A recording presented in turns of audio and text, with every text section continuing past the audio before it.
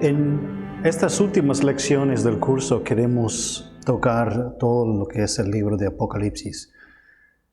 Hemos llegado, digamos, al clímax del curso en que estudiamos un libro tan complicado, tan interesante, tan lleno de descripción y poesía, que habla de estos últimos días en que estamos. En todo nuestro estudio de escatología hemos revisado varios puntos, hemos revisado varios otros textos, y algo que dije es que todo el Nuevo Testamento en su escatología, la escatología nueva testamentaria, entiende el final de los tiempos a través de cumplimientos de las profecías del Antiguo Testamento y también el discurso del Monte de los Olivos. No podemos evitar que lo que vimos, por ejemplo, en las cartas paulinas, en Juan fuera de Apocalipsis, en Pedro, aunque no hemos tocado sus pasajes con profundidad, todo se basa, tiene su fuente en el discurso de los olivos, y Jesús conecta muchas de estas ideas. Entonces, Apocalipsis como libro no debería ser tan difícil. Nosotros, como no estamos muy acostumbrados a la literatura apocalíptica, cogemos el libro, agarramos el libro y luego nos perdemos. Dentro del primer capítulo no sabemos exactamente por qué hay 7 estrellas, por qué hay 7 espíritus, por qué esto, sin darnos cuenta que en muchas ocasiones Juan está aprovechando de símbolos, imágenes, alusiones, parábolas, historias también del Antiguo Testamento y profecías. Juan conoce bien su Biblia y la Biblia para Juan es el Antiguo Testamento. Entonces, cuando nos acercamos a este libro, como yo dije en la primera parte de la introducción, tenemos que recordar qué tipo de literatura es. Es lenguaje apocalíptico. Y Jorge Bale, realmente un experto, yo diría, un experto en este tema de escatología y específicamente el uso del Nuevo Testamento del Antiguo Testamento. Bill es un erudito en sí, en poder ver cómo el Nuevo Testamento jala, presta, entiende, interpreta, dar comentario al Antiguo Testamento. Y eso es algo súper importante para nosotros, porque cuando estas cartas y libros del Nuevo Testamento fueron escritos dentro del primer siglo, no inmediatamente fueron recibidos como un segundo tomo de la palabra de Dios. Ahora es cierto, no estoy diciendo que no creían ellos en la inspiración o en que no creían que había más palabra profética de los apóstoles. No, obviamente las cartas paulinas, digamos, Juan, Pedro, Santiago, Judas, todos son aceptados como verdad y palabra del Señor. Pero cuando el Nuevo Testamento entiende las Escrituras, digamos, cuando el Nuevo Testamento habla de la palabra de Dios, no está hablando del Nuevo Testamento, está hablando del Antiguo Testamento. Entonces, en eso tenemos que ver que hay muchas cosas que jalan. Por ejemplo, los 4 evangelios prestan una forma de literatura del Antiguo Testamento. Los 4 evangelios realmente no son historia en sí. Claro que cuentan historia para nosotros. También el libro de Hechos, por ejemplo, cuenta historia. Pero su punto principal no es simplemente compartir historia, porque comparte historia dentro de la misma generación que vivía la gente en esos libros. Entonces, no sirve como periódico, no sirve como libro de historia, sirve como libros didácticos, y lo mismo acá. En el lenguaje apocalíptico, en el libro de Apocalipsis, Bill dice, siempre hay un significado literal subyacente al significado simbólico. Ahora, ¿qué quiere decir? Pausando ahí para no perdernos en tantas palabras. Significa que sí hay un mensaje literal, hay un mensaje simple, hay un significado literal subyacente al significado simbólico. Aunque este significado literal a menudo se trata de realidades espirituales y a veces de realidades físicas, las cuales tienen que ver con algún tipo de realidad histórica. ¿Qué está diciendo Bill? Que cuando leemos el libro de Apocalipsis, primero tenemos que ver que es un libro lleno de símbolos y que detrás de muchos, no, yo diría que no de todos los símbolos, aunque vamos a ver que muchos comentaristas buscan un significado literal detrás de cada símbolo. Para mí no hay tanta necesidad de eso. Lo que yo quiero, como siempre, es ver cuál es el mensaje principal del libro, del capítulo o del pasaje, de la sección, y luego entender los símbolos dentro de ese enfoque y ese mensaje. Es lo mismo que hizo Daniel y es lo mismo que hace Ezequiel, Jeremías en algunos lugares. Ok, entonces tenemos que ver que detrás del simbolismo hay un significado literal, pero a menudo se trata de realidades espirituales, ¿ok? Entonces, por ejemplo, cuando hablamos de nuestra salvación, ¿en qué condición está nuestra salvación? ¿Eso es una realidad espiritual o una realidad física? Vuelvo a hacer la pregunta porque esto puede romper nuestras mentes. Pensemos un rato en nuestra salvación en Cristo Jesús. ¿Eso es una realidad espiritual o una realidad física? Espero que por lo menos estés un poco dudándote. Porque mira, es ambos. La respuesta es que es ambos. Sin embargo, la realidad física no ha llegado todavía. Si leemos bien nuestra Biblia, ¿qué encontramos? Pablo, por ejemplo, en Romanos 8 habla de que nosotros esperamos con ansiedad, con gemidos, ¿no? Con la creación. ¿Qué esperamos? La redención completa. ¿De qué está hablando Pablo? ¿Pablo no sabe que Cristo murió una vez para siempre? Oh, sí, Pablo entiende eso. El asunto es, hay una realidad espiritual que existe ahora y hay una realidad física de la salvación que está por venir. Eso es parte de la ya y no todavía de que hemos ya hablado. Pero tenemos que ver que más allá, digamos, en un libro como Apocalipsis, vamos a ver realidades espirituales que también quizás son acompañadas con realidades físicas que no han pasado todavía. Entonces, por ejemplo, ¿Jesús está en su trono ahora? Bueno, es bien difícil. Si tú lees tu Nuevo Testamento, es bien difícil llegar a la conclusión que Jesús no está en su trono ahora. Entonces, cuando pensamos en un milenio, en una entronización terrenal, literal de Jesús, ¿cómo es eso mejor que su trono ahora? Ahora, no quiero confundirnos demasiado del milenio todavía. Eso va a tener su tiempo. Pero el asunto es, el libro de Apocalipsis no se trata de explicarnos con detalles todo lo que va a suceder. Nos va a explicar cómo es este tiempo. Y eso es lo que nosotros tenemos que ver, que incluye realidades espirituales y a veces realidades físicas, los cuales tienen que ver con algún tipo de realidad histórica.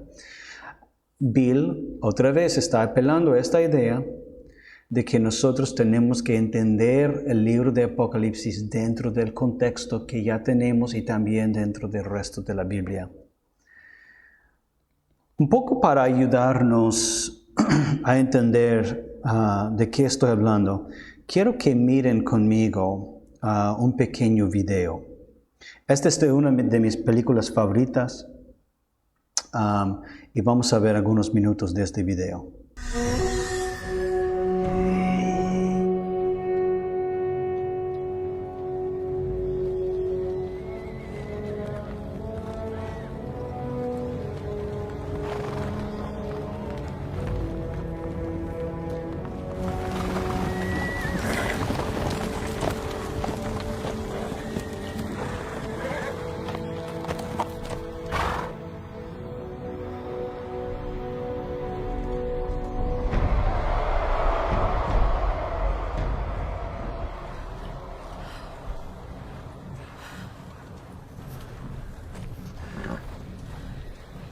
Ten valor. Hazlo por los amigos. ¿Qué esperan? ¡Formados! ¡Lanzas al frente! ¡Atados atrás!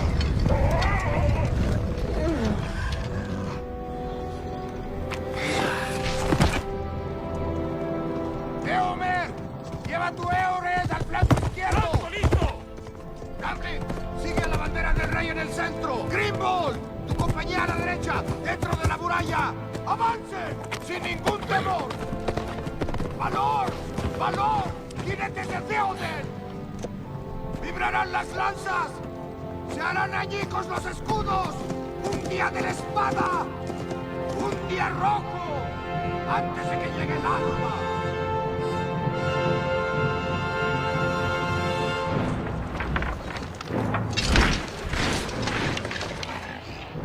Aunque te asuste lo que veas, no te separes. Yo te defenderé.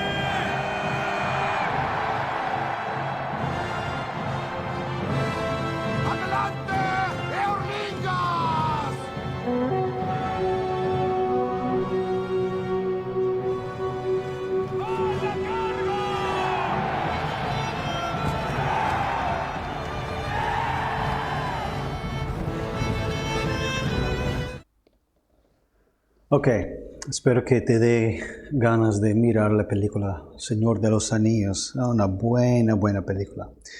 Bueno, tenemos que volver a Apocalipsis. Cuando vemos ya 2 minutos de esa escena, ¿qué vemos?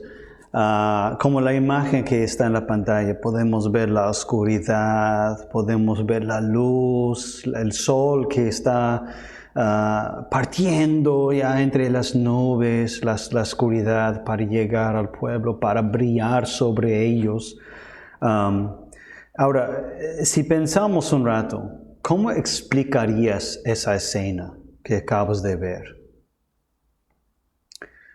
¿Dirías el número de personas que están por entrar en combate? Bueno, uno no podrías calcularlo, ¿no? Probablemente no dirías había más de 100, porque no suena interesante eso, ¿no? O quizás dirías parece una multitud que nadie puede contar. Ahora, ¿por qué lo dices así?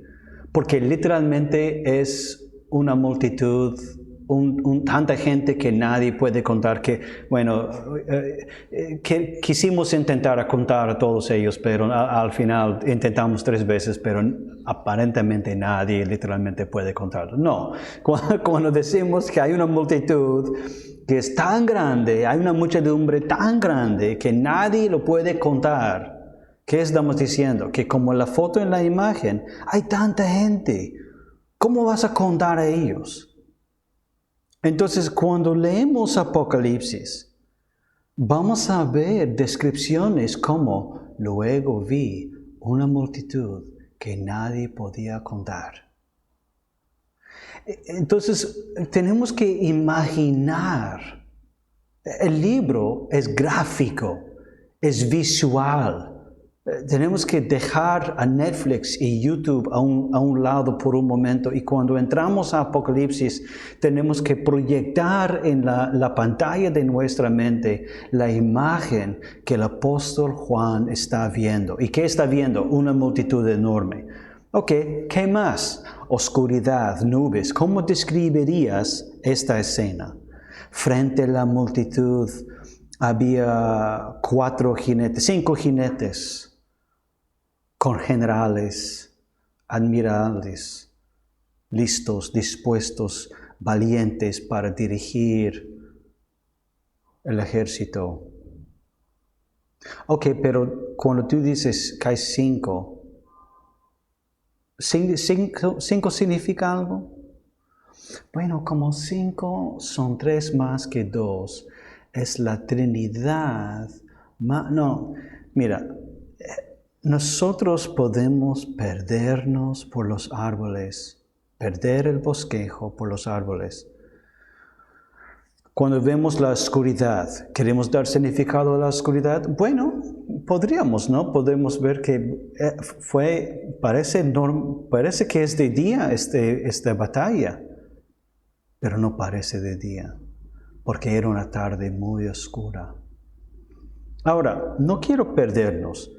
No estoy diciendo, no quiero perder a ustedes, no estoy diciendo que toda simbología no tiene significado. Yo acabo de citar a Bill, ya que dice que detrás de cada símbolo hay un significado literal.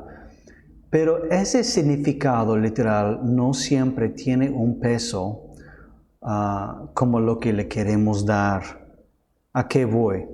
Está bien decir que la oscuridad representa la maldad y el sol, la luz que parte las nubes para poder llegar al pueblo, que es la aprobación de Dios sobre el ejército para esta batalla. Ok, está bien, pero ahí está su límite, porque no hay nada en el video. Y nadie dijo nada. El general, cuando gritaba y animaba al pueblo, al ejército, no les dijo, mira, aquí viene el sol para alimentarnos. No, ni mencionó el cielo. Pero tampoco significa que el cielo no es importante. No sé si me explico bien, pero cuando pensamos en las escenas de Apocalipsis, las diferentes visiones, vamos a ver detalles que algunos... Yo sí entiendo que cada detalle tiene un propósito, tiene un significado, pero amigo, eso no significa que tiene un significado tan grande, tan fuerte, que puede cambiar el mensaje mayor del pasaje. Porque al final no podemos perder lo más claro del Señor de los Anillos, que el ejército de los hombres llegó a la última hora para entrar en combate, para proteger ese castillo. Por ejemplo, cuando el general, el jinete, cuando él golpeó con su espada todas las lanzas de los soldados de la primera fila, ¿por qué lo hizo? ¿Por qué lo hizo? ¿Lo hizo transfiriendo poder a sus lanzas para despertarlos quizás de un miedo o un sueño? ¿O simplemente lo hizo para alentarlos de que ya se acercaba el momento de pelear? Bueno, él no lo dijo, él no dijo por qué. Podríamos pensar, bueno, chancar o golpear tu espada con sus lanzas podría debilitar sus lanzas. ¿Qué estás haciendo? No, eso no es el punto. Es una película, es una imagen, es una visión que nosotros vemos. Y es muy interesante cuando vemos películas como Señor de los Anillos. No estamos ahí todo el tiempo escudriñando cada cosa. Sin embargo, lo hacemos con Apocalipsis. Yo quiero que leamos Apocalipsis como si fuera una película. Y cuando miramos sus escenas, cuando leemos las descripciones, tenemos un montón de palabras que la pueden describir, pero eso no significa que cada descripción es un significado prioritario. Entonces, como dije, los detalles de un pasaje tienen que apoyar al tema principal. Entonces, pensemos un poco en algunos de la simbología en Apocalipsis. Primero, los números. Vamos a encontrar un montón de números. 1, 2, 3, 4, 5, 6, 7, 8, 9, 10, 11, 12, 13, 14, 17, 19, 20, hasta ya 42, 1000, 2000, 12,000. Jesús también utilizó bastante los números, metáforas, figuras retóricas. Jesús varias ocasiones dijo que el que tenga oídos para oír, que oiga. Entonces, el libro realmente es una parábola en ese sentido, que tal como las palabras de Jesús es un poco difícil a ver. Por ejemplo, 404 versículos de Apocalipsis incluyen como unos 500 alusiones al Antiguo Testamento, pero no cita el Antiguo Testamento, pero usa sus imágenes, presta profecías. Mira, aparte de los libros de Ruth, Eclesiastés y Ageo, Juan alude a todos los libros del Antiguo Testamento. Piénsalo bien. Aparte de Ruth, Eclesiastés y Ageo, Juan utiliza todos los libros del Antiguo Testamento. Y los números muchas veces corresponden con eso. Por ejemplo, no voy a poder explicarles el significado de cada uno, ¿ya? Porque la verdad yo aún dudo que es la intención de Juan. Pero mira, vamos a encontrar los 2 testigos de Apocalipsis 11. Los 2 que dan testimonio. ¿Por qué hay 2? Bueno, muchos tratan de adivinar quiénes son los 2. No hay mucho contexto para indicarles quiénes son. Pero yo creo que gente que están tratando de explicar quiénes son los 2 testigos de Apocalipsis 11 están perdiendo el bosque por los árboles. Porque el punto de Juan, el punto de la visión, no es que tenemos que identificar quiénes son los 2. El punto es entender por qué hay 2. Porque en el Antiguo Testamento, 2 testigos era necesario para confirmar algo. Digamos, alguien es sorprendido en un robo. Bueno, si es la palabra de una persona contra otra persona, ellos tienen que pasar a un juzgado, a un juicio. Y si hay algo confirmado con 2 testigos, confirmado es. Que no hay necesidad de eso. Si 2 personas te ven robar pan, ya eres ladrón. Entonces, los 2 testigos de Apocalipsis 11 sirven para indicarnos que es un testimonio cierto. Recuerden ustedes que en Mateo 18 Jesús decía algo como, donde 2 o 3 estén reunidos en mi nombre, ahí estoy yo. Bueno, muchos utilizan ese pasaje para hablar del culto dominical, que si hay 2 o 3 personas, aunque sea ya, para alabar al Señor Jesús. ¿Pero qué quiere decir? ¿Es que si solo hay una persona haciendo culto en su casa, que Jesús no está ahí? Eso no tiene sentido. Es porque Jesús no está hablando del culto dominical en Mateo 18. En Mateo 18 está hablando de la confirmación de encontrar a un hermano en pecado y cómo confrontarle. Y Jesús está diciendo, donde hay 2 o 3 o más testigos, ¿ya? Ahí estoy yo también. Entonces Jesús está dando autoridad a la iglesia para ejercer disciplina eclesial. No es, digamos, que Jesús simplemente no está presente cuando le adoramos solito, sino que se trata de un número mínimo de testigos. 3, bueno, hay 3 personas de la Trinidad, eso no nos debe sorprender. Entonces, quizás el número 3 en muchas ocasiones habla de el Dios triuno. 5 es un número redondo, como tal, no representa algo específico. Pero eso significa que a veces lo consideramos como un tiempo indefinido. Entonces, si digo de acá 5 meses, de acá unos 5 meses voy a reunirme con mi familia. ¿Ya? No estoy diciendo de acá 5 meses, estoy diciendo que en un tiempo indefinido. Nosotros lo hacemos un poco en español. Por ejemplo, si yo digo a alguien, ¿puedes darme un par de minutos? Y luego bajo a atenderte. Cuando digo un par, ¿cuánto es un par? Normalmente un par son 2, pero si voy a demorar probablemente necesito más que 2. Entonces, yo puedo hablar en sentido figurativo, dame un par de minutos para decir, necesito 15. Entonces, es algo parecido. Bueno, 7, voy a saltar a 7. 7 es un número de perfección o totalidad, y por eso consideramos que 6 es 1 menos que 7. Entonces, significa 1 menos que totalidad o imperfección. Ahora, cuando llegamos al número de la bestia, ¿cuál es su número? 666.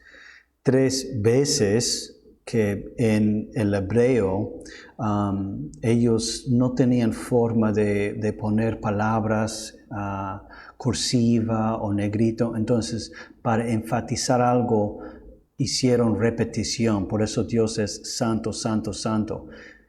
Ahora, quizás 666 entonces refiere al hecho de que el enemigo, la bestia, ¿ya? 666 es 3 veces imperfecto, ¿ya?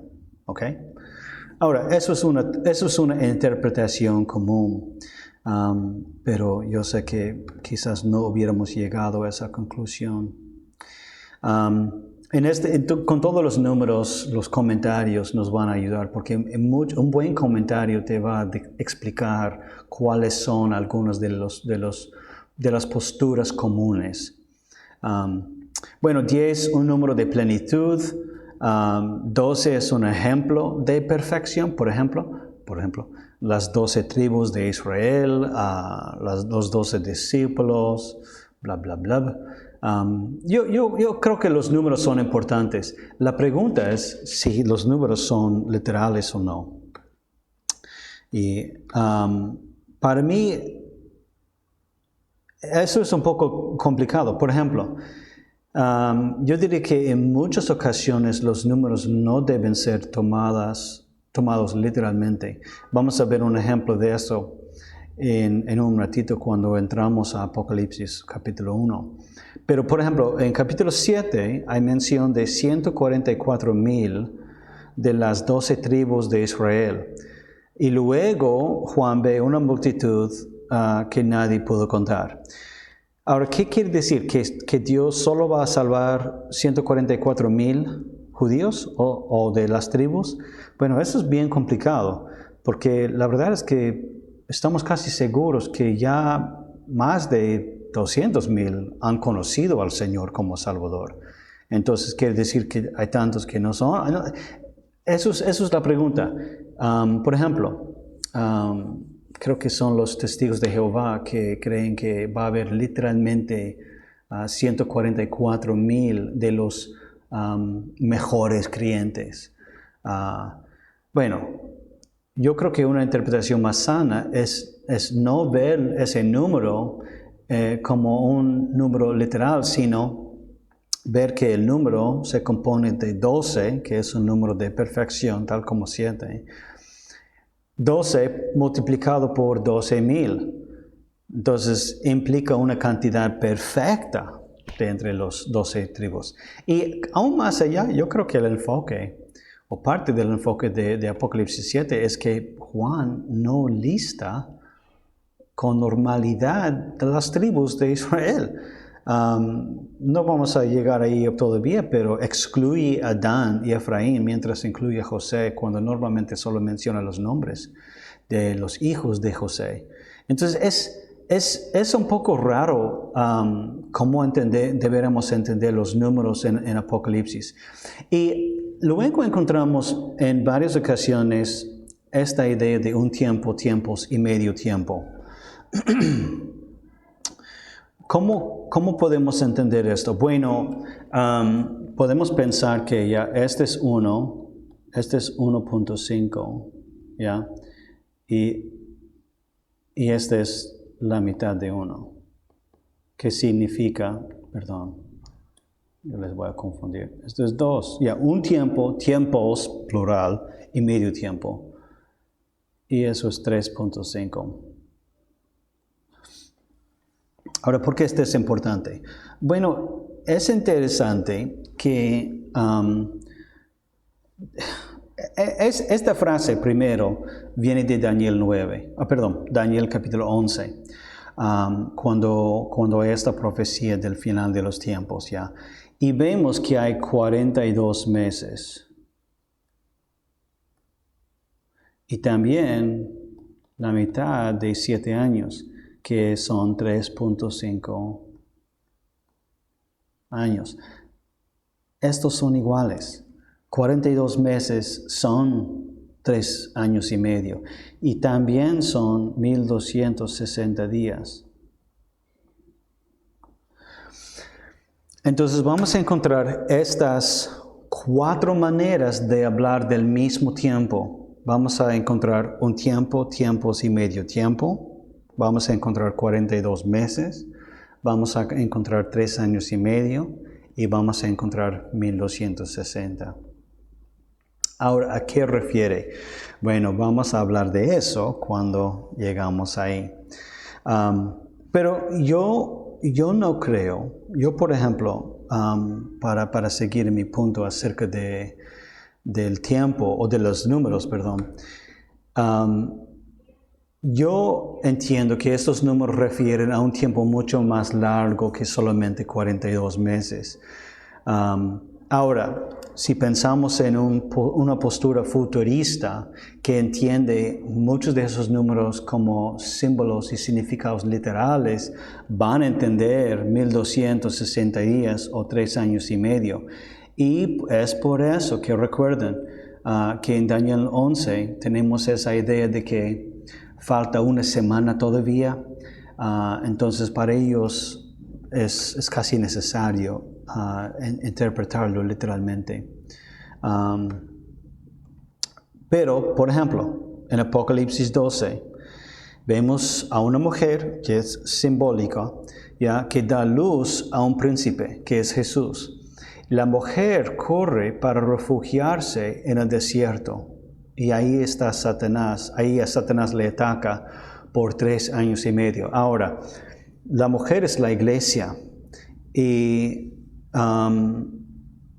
entonces la mujer o la iglesia va al desierto, ahí Satanás le ataca por 3 años y medio o 42 meses. ¿Cuándo comenzó el ataque de Satanás a la iglesia? Probablemente podemos decir la ascensión de Cristo.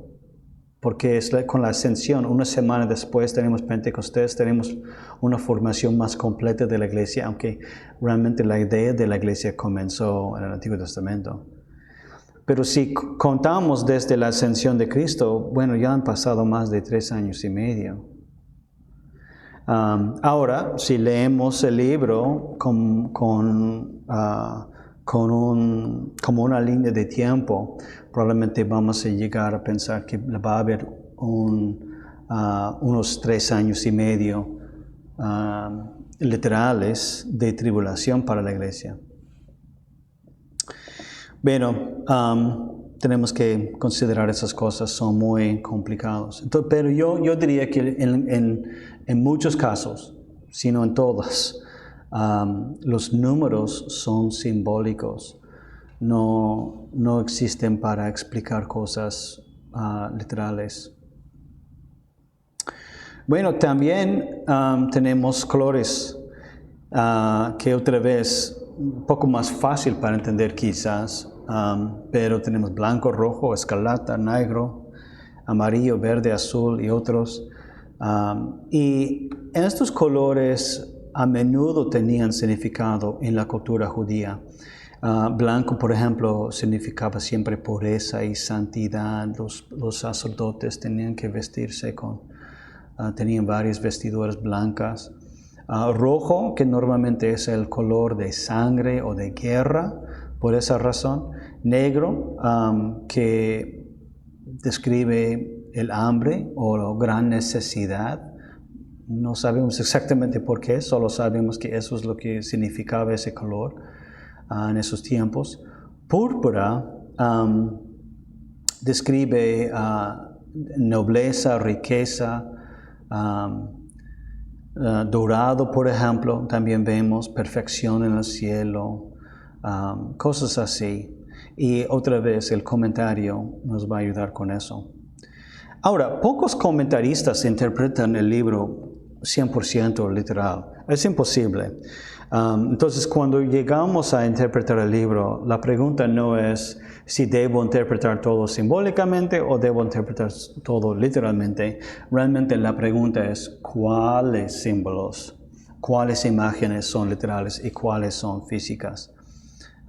Entonces, tenemos que ver que Juan vio con exactitud las cosas, pero significa que eso es tan importante para entender.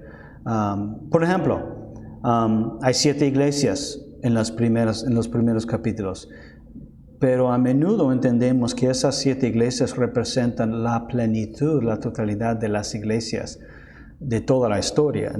No solamente las iglesias que existían en el primer siglo, pero también en toda la historia de la iglesia. Entonces, hay que tener mucho cuidado con los números si los forzamos a tener un significado literal. Ahora, queremos leer una parte de Apocalipsis con el resto de nuestro tiempo. Este es el primer capítulo y voy a dar un poco de explicación de por qué debemos leer este libro en forma o con una interpretación idealista y no futurista. Y si tienes una Biblia a la mano sería excelente para poder ver todo el pasaje juntos. Apocalipsis 1:1, casi al final del capítulo, aunque acá solo hay 3 versículos. La revelación de Jesucristo que Dios le dio para mostrar a sus siervos las cosas que deben suceder pronto. Él la dio a conocer enviándola por medio de su ángel a su siervo Juan, a quien dio testimonio de la palabra de Dios y del testimonio de Jesucristo y de todo lo que vio. Bienaventurado el que lee y los que oyen las palabras de la profecía y guardan las cosas que están escritas en ellas, porque el tiempo está cerca.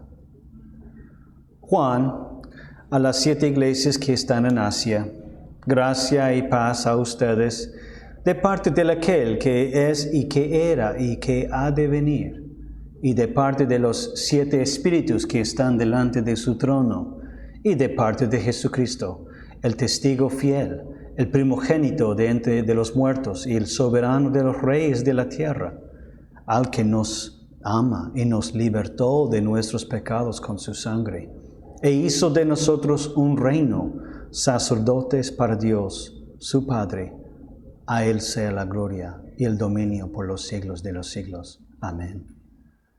Él viene con las nubes y todo ojo lo verá, aun los que lo traspasaron, y todas las tribus de la tierra hará lamentación por Él.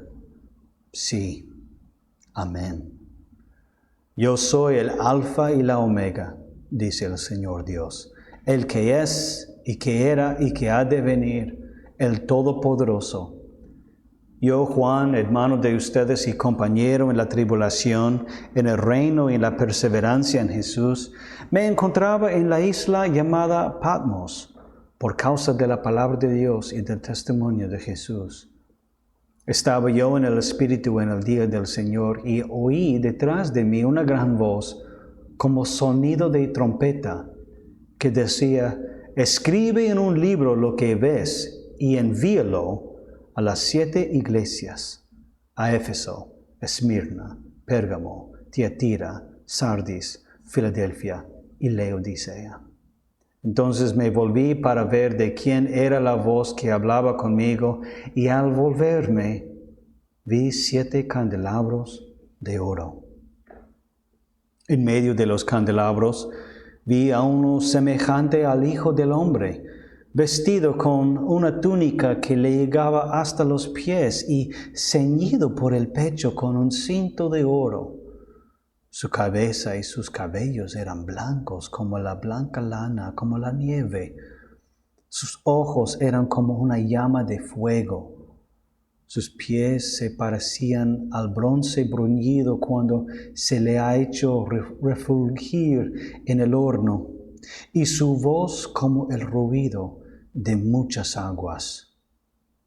En su mano derecha tenía 7 estrellas, y de su boca salía una espada aguda de 2 filos.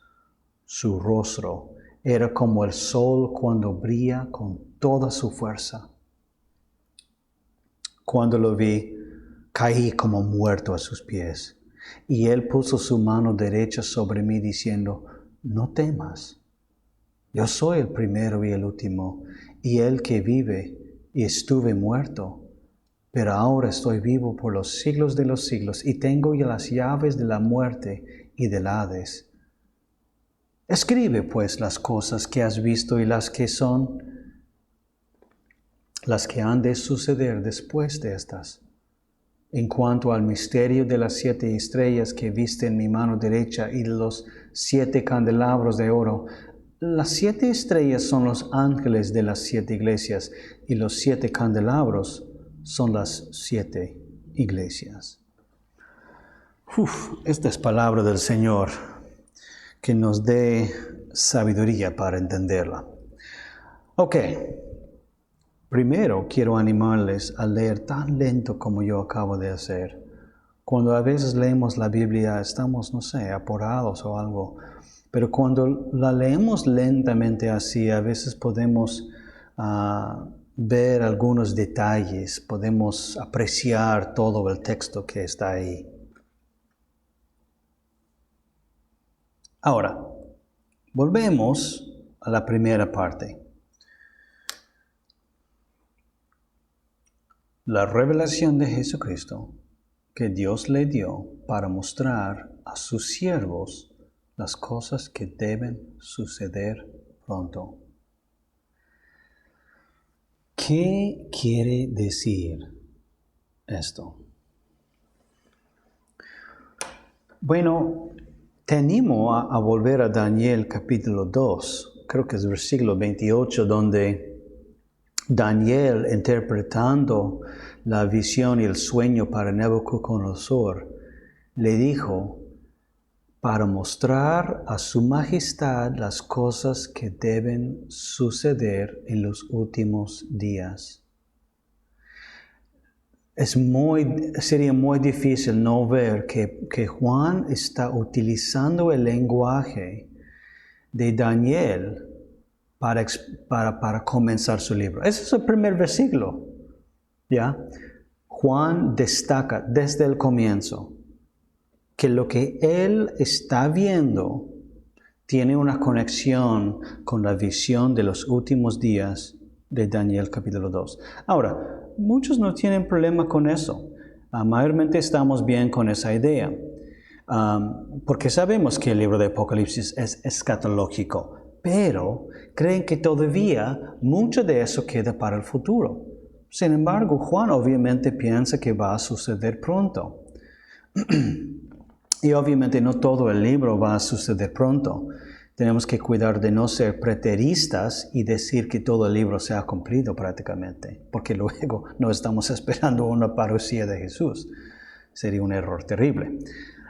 Pero sí podemos entender que lo que Juan vio explica lo que tiene que suceder. Explica la edad, el tiempo, la era, la dispensación en que estamos. Yo uso esa palabra dispensación para hablar de un cierto tiempo. No estoy hablando de dispensacionalismo. Entonces, Juan citando Daniel 2:28. Es muy importante. Porque significa que Juan entiende que la visión que él vio es el cumplimiento de todo lo que Daniel hablaba. Daniel hablaba de los últimos tiempos. Muy bien. Y ahora Juan está viéndolo. Y es las cosas que deben suceder pronto. Entonces hay una urgencia a este mensaje. Porque es para explicar las cosas que hay ahora. Y también quiero señalar el versículo 3, que bienaventurado ya el que oye, o los que oyen las palabras de la profecía y guardan las cosas que están escritas en ellas. Entonces, Juan entiende que su libro es didáctico. ¿Qué significa didáctico? Significa que tiene la función o sirve para enseñar algo.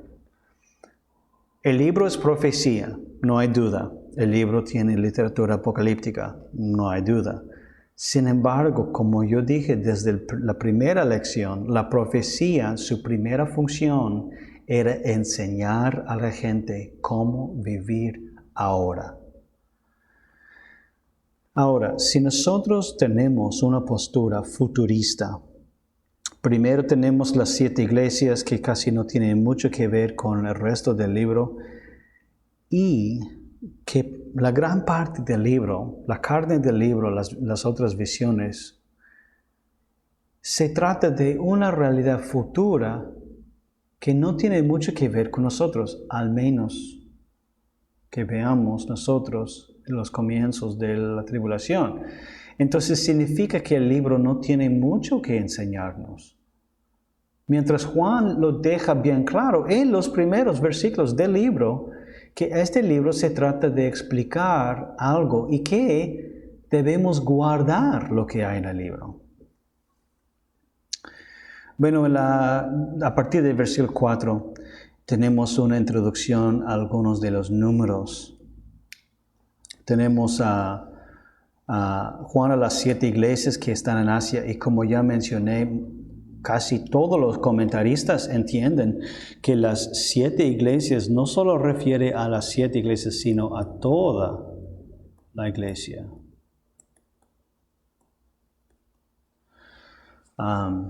Y vamos a volver a eso un poco. Ahora también tenemos los 7 espíritus que están delante de su trono. Eso es bien complicado. ¿Quiénes son los 7 espíritus? Bueno, casi todos los comentaristas van a encontrar. Ellos van a decir que es el Espíritu Santo. No puedo escribir hoy día, perdón. Ahora, ¿cómo es que llegan a un Espíritu Santo de los 7 espíritus? Bueno, es porque no hay otra explicación.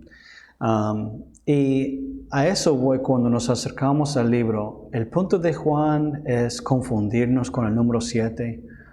¿O es para darnos una idea de perfección del Espíritu Santo delante del trono de Dios? Yo opto por la segunda interpretación.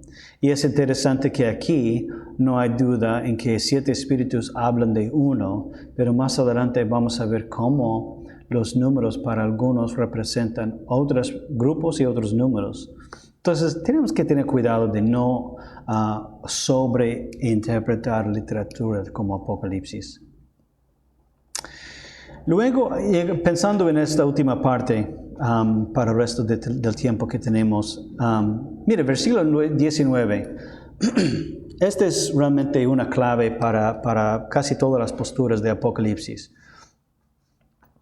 Escribe pues las cosas que has visto, las que son y las que han de suceder después de estas. Ahora, la postura futurista ya entiende que las cosas que has visto, ya eso refiere a capítulo 1. ¿Ya? Las cosas que has visto. Las que son, ya, refiere a capítulos 2 y 3. Y las que han de suceder después de estas, bueno, eso habla de 4 a 22. Ahora, capítulo 1, bueno, estamos en capítulo 1. Capítulos 2 y 3, esos son las 7 cartas a las 7 iglesias. Entonces, la postura futurista simplemente aprovecha del versículo 19 y está bien, es una explicación razonable, ¿no? Que las cosas que has visto ya, capítulo 1, las que son las 7 iglesias, la situación actual, y las que han de suceder después de estas. Bueno, hay algunos problemas con esa postura. Bueno, cuando decimos las cosas que has visto, tenemos que recordar que eso incluye todo el libro. Cuando Juan escribió el libro, y cuando nosotros leemos Apocalipsis, a menudo lo leemos como una línea de tiempo. Ya, siempre hay esa tentación. Pero tenemos que recordar que Juan primero tuvo las visiones y luego escribió el libro. Juan no está escribiendo mientras tiene las visiones, ¿ya? ¿Me explico? Eso tenemos que tener bien claro. Juan no está ahí con su cuadernito ya en su lapicero escribiendo todo lo que ve mientras los ve. Entonces cuando Juan ve algo en la visión y luego escribe, las cosas que has visto refiere a todo el libro. No puede referirse a solo versículo o solo capítulo 1. Entonces, tenemos que recordar eso cuando leemos el libro también, porque vamos a leer que Juan dice, después yo vi, y cuando nosotros escuchamos después yo vi o después oí, mayormente pensamos que después de tal suceso va a suceder otra cosa. Pero no, Juan simplemente está diciendo que primero vio tal y luego vio otra cosa. Tenemos que recordar que las palabras de tiempo, después yo vi, o cuando lo vi, digamos, está hablando del tiempo de la visión, no el tiempo que van a suceder las cosas. Eso es una confusión muy común. Por ejemplo, versículo 11, si volvemos a eso, la voz de Dios dice, escribe en un libro lo que ves y envíalo a las 7 iglesias. Una pregunta, ¿qué vio Juan para enviar a las 7 iglesias? ¿Vio solo las cartas a las 7 iglesias? ¿O vio toda la visión de Apocalipsis? ¿Qué recibió Éfeso? ¿Ya? O Pérgamo. Pérgamo, cuando abrieron su casillero ya de correo, un libro de Juan. ¿Qué encontraron ahí? ¿Solo la carta que pertenecía a su iglesia? ¿Solo capítulos 1, 2 y 3? No. Las iglesias recibieron capítulo 1 a 22, todo el libro. Entonces, cuando consideramos, escribe un libro, lo que ves es todo el libro. No solamente las visiones que pertenecían a ellos. Y tenemos que recordar eso cuando leemos el libro. Ahora, las que han de suceder. Otra vez, ¿no es una referencia a Daniel 2? Lo que ha de suceder en los últimos días.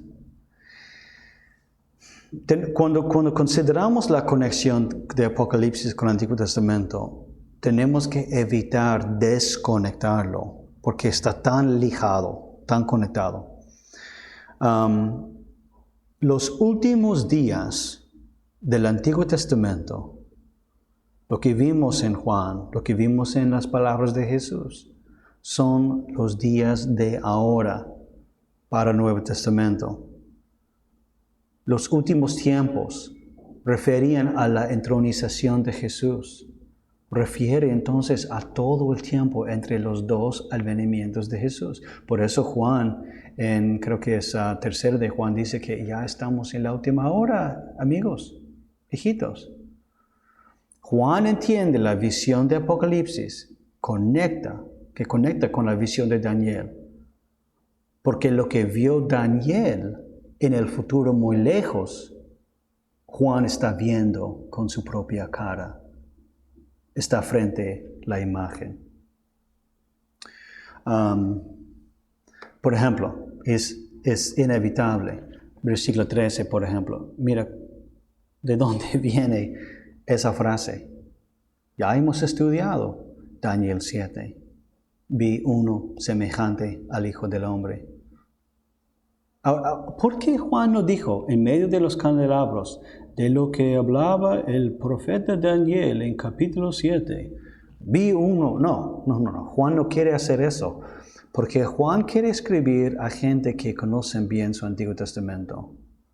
Y por eso muchas veces personas se pierden en el libro, porque no conocemos bien esas imágenes. Juan no cita el Antiguo Testamento en ningún lugar, mira, pero siempre lo está usando, siempre está jalando imágenes. Entonces, esta idea de que las cosas que has visto, las que son y las que han... Primero, no tenemos que decir que estamos hablando de 3 diferentes grupos. No hay ninguna necesidad de decir eso. Las cosas que has visto, pero ¿qué has visto? El futuro. Entonces, lo que han de suceder después. Está hablando de todo. Y está utilizando lenguaje apocalíptico. Tal como vimos en las palabras de Jesús en el discurso de los olivos. Entonces, lo que fue presentado y profetizado en Daniel ya está llegando a su consumación y cumplimiento en Apocalipsis. Y eso es el punto de Juan. El libro termina tal como comienza. No hay una separación enorme entre capítulos 3 y 4. Si entendemos las cosas que has visto y las cosas que son como capítulos 1 hasta 3, significa que entre esto y ya hay más de 2000 años. Pero no hay nada en el libro que indica eso. Más bien, si Juan entiende que su libro es el cumplimiento de lo que vio en Daniel, tiene que haber continuidad en el libro. Significa, y eso es un poco más lógico, las 7 cartas a las 7 iglesias, su desarrollo no está en la carta escrita a ellos, sino en todo el resto del libro. Y eso es la postura que yo voy a tomar. Por eso no soy futurista, porque no puedo aceptar que hay 2000 años entre las que son y las que han de suceder después de estas. Porque Juan quiere con Apocalipsis explicarnos lo que pronto va a suceder. Yo entiendo, Jesús viene por la última vez en el libro de Apocalipsis. Y eso no ha sucedido todavía, entiendo. Pero Juan sí está explicando todo el tiempo entre los 2 advenimientos, las 2 llegadas del Señor. Mira, como yo dije, el libro comienza y termina, ¿ya? Igual. En Apocalipsis 22, versículo 6, dice, y me dijo, estas palabras son fieles y verdaderas. El Señor, el Dios de los espíritus de los profetas, envió a su ángel para mostrar a sus siervos las cosas que han de suceder enseguida. Entonces, Juan parece entender que su libro se va a ir cumpliéndose en todo el tiempo entre la primera y segunda venida de Jesús. Vamos a ver mucho más de eso, mucho más ejemplos y detalles de los dos. Acepto y respeto mucho la postura futurista y también otras posturas. Entonces, que no vayan entendiendo o pensando que uno es más correcto que otro o algo así, uno es más bíblico. Los futuristas tienen buenos argumentos también. Ok, para terminar tenemos que hablar de las divisiones del libro. Y yo creo que es un buen bosquejo, es una buena manera de dividir el libro. Hay que recordar que los números de capítulos, versículos vinieron después. Eso no puso Juan. Entonces tenemos que entender las divisiones por el contenido, no por capítulo 1, 2, 3. ¿Ya? Entonces, cuando lo consideramos así, podemos ver cómo el libro está dividido. Y muchas de estas visiones comienzan con un vi entonces, o después de eso miré y vi. Entonces hay secciones naturales, digamos. Ahora, primero la introducción, lo que hemos visto hoy. También hemos comenzado la primera visión de la iglesia en la tierra, y eso va hasta el final de capítulo 3, con las 7 iglesias. Luego, visión 2, el trono de Dios en capítulo 4 y los 7 sellos. Vemos el desarrollo de los 7 sellos y parece al final de los 7 sellos que Jesús viene. Ahora, ¿cómo puede Jesús venir en capítulo 8 o capítulo 7, al final del capítulo 7? Eso va a ser un problema cuando tocamos esos textos. Visión 3 son las 7 trompetas. Y otra vez, la pregunta es, ¿las 7 trompetas vienen después de los 7 sellos?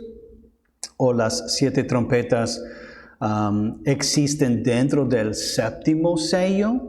¿Recuerden esa postura?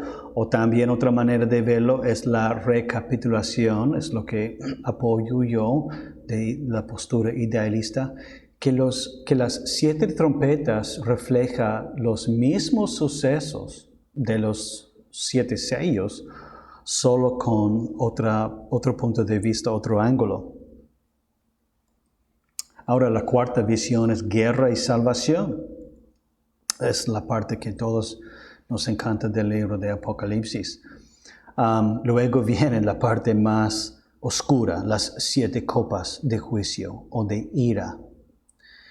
Luego visión 6, la victoria de Cristo. Las naciones malvadas pierden, son destruidas y Cristo tiene la victoria. Y luego, últimamente, la 7ª visión, la nueva tierra y el nuevo cielo. Ahora, como dije, esta es una manera muy natural de separar el libro. ¿Por qué? Son 7. Y el libro utiliza 7 siempre para hablar de perfección y plenitud. Entonces, a mí me gusta mucho este bosquejo, y eso es lo que vamos a usar para estudiar el libro. Vuelvo y digo, la clave para entender este libro es ver cómo utiliza el Antiguo Testamento. Piensa en esto, ¿ya? De los 404 versículos, puedo hacer un mejor 4, ¿ya? De los 404 versículos, 278 son referencias al Antiguo Testamento. Más de la mitad. Más de la mitad del libro señala al Antiguo Testamento, sin citarlo. Entonces, por eso es sumamente importante para nosotros usar buenos comentarios que nos pueden ayudar con eso. Les animo a pensar qué significa guardar las cosas de este libro, como dijo el versículo 1. ¿Se trata de una cierta interpretación o se trata, digamos, de una obediencia a una verdad en el libro? Entonces, que nosotros busquemos esa verdad, que busquemos esa enseñanza. Queremos estar constantemente preguntándonos cuál es el enfoque de Juan aquí y cómo eso me debería empujar hacia una fe más viva en el Señor. Con eso les dejo. Hemos ya más de 1 hora en esta lección. Vamos a entrar allá a la carne del libro y vamos a seguir escudriñando lo que Juan quiere decirnos. Que el Señor nos ayude y que nos dé ojos y oídos para ver y para escuchar.